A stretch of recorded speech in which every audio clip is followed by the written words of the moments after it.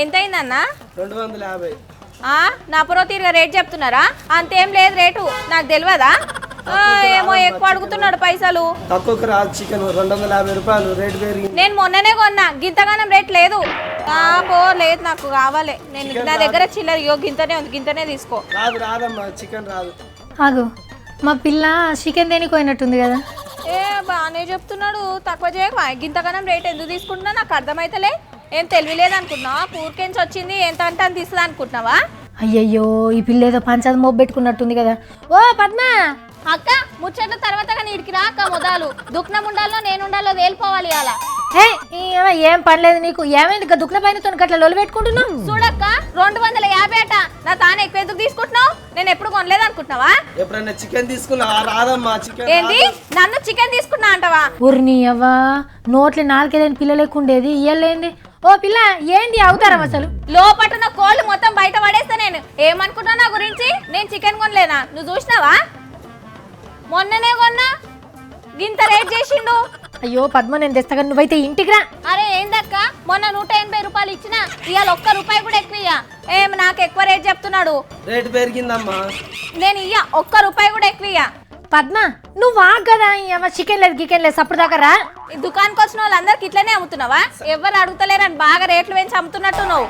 నాకు తెలియదు. నేను ఇగో గిన్ని పైసలకు మనకి ఇవి ఇచ్చేసి సరిపోయింది. కిలో మస్తు కరెక్ట్ ఉన్నాయి, పైసలు కరెక్ట్ గానే వచ్చినాయి. అరే అట్లుండదబ్బా, చికెన్ రేటు నీకో తీరుగా ఇంకొకళ్ళకి ఇంకో తీరుగా ఎందుకు చెప్తాడు చెప్పు? ఎంత ఉంటే అంతే ఇస్తాడు. ఇదేందక్క, నువ్వు చికెన్ దుక్కున పైన సపోర్ట్ చేస్తున్నావు? ఆయన ఎన్నెన్ని మాటలు అంటున్నాను నన్ను. నువ్వు ముందుగా అడికెళ్ళి కదులుతావా లేదా? మన్నంతా చూస్తూ రికారం. అరే చూస్తే చూడని, పైసలు ఏమన్నా పుక్కట్టుకొస్తున్నాయా? ఈయననేమో గింత రేట్ చెప్తున్నాడు. ఎంత కష్టం చేస్తే రావాలి చెప్పు? ఇగో రేట్ ఆయన ఒక్కడ పెంచలేదు, చెప్తే ఈను అన్ని చికెన్ దుకాణాలలో అట్లనే ఉన్నది. అంటే ఇప్పుడు నేను అన్ని దుకాణాలలో పోయి అడిగేసి రావాలనా? అదేందక్క, అట్లెట్లా పెంచుతారు కూడా వాళ్ళుకొని?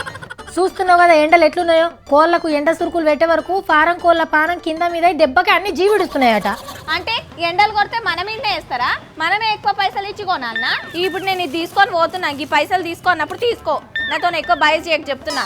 అరే ఎవరేం చేస్తారబ్బా, మరి వాళ్ళు నష్టపోయి నీకు నాకు అమ్ముతారా చెప్పు? పోషణి పాడగా అవునా?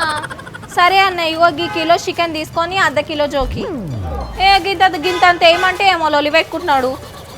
గిత్త ఇచ్చిండు ½ కిలోకి. గింత అంత వేస్తే ఏమవుతుంది? సత్తన్న రాజన్న కూర్చున్నారా అంటే మొత్తం కథం అవుతుంది.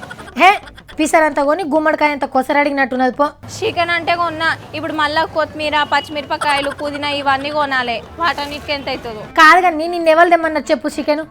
ఏం లేదక్క, సత్తన్న ఇంత చికెన్ తెపో అని తోలిండు. నాకేమెరక, అమ్మో గింత రేటా అక్క? ఆడే మొన్న గింత రేట్ అయిందని ముచ్చట చెప్పే, తెలుసు కూడా నిన్ను ఎట్లా తోలిండు దుకాణాలకు? ఏమో పో అక్క, దీనికి బదులు మంచిగా ½ కిలో మటన్ వస్తుంది కదా, కిలో చికెన్ బదులు. అట్లేముండదు, దేని రేట్ దానికే ఉంటది కానీ ఇన్ని కూరగాయలు తెస్తే ఏమయ్య చెప్పు? అరే ఆయితారం కదక్క, ఇవాళ కూడా నీసు కూర తినొద్దా? మందంతా తింటా అంటే అలా మొక్కలు చూడాలనా? అయ్యో, ఒక్క ఐతారం కూరగాయలు తింటే ఏమన్నా తప్ప? ఆ రేట్ కూడా ఏం తక్కువ లేదక్క, అవి కూడా మస్తు పిరమున్నాయి. ఏమో పో, అన్నిటికి ఇట్లా రేట్లు పెరిగితే ఏం చేద్దాం మరి? ఇంత చింతపండుతో చింతపులుసు చేసుకునేది నాయమున్నది పో.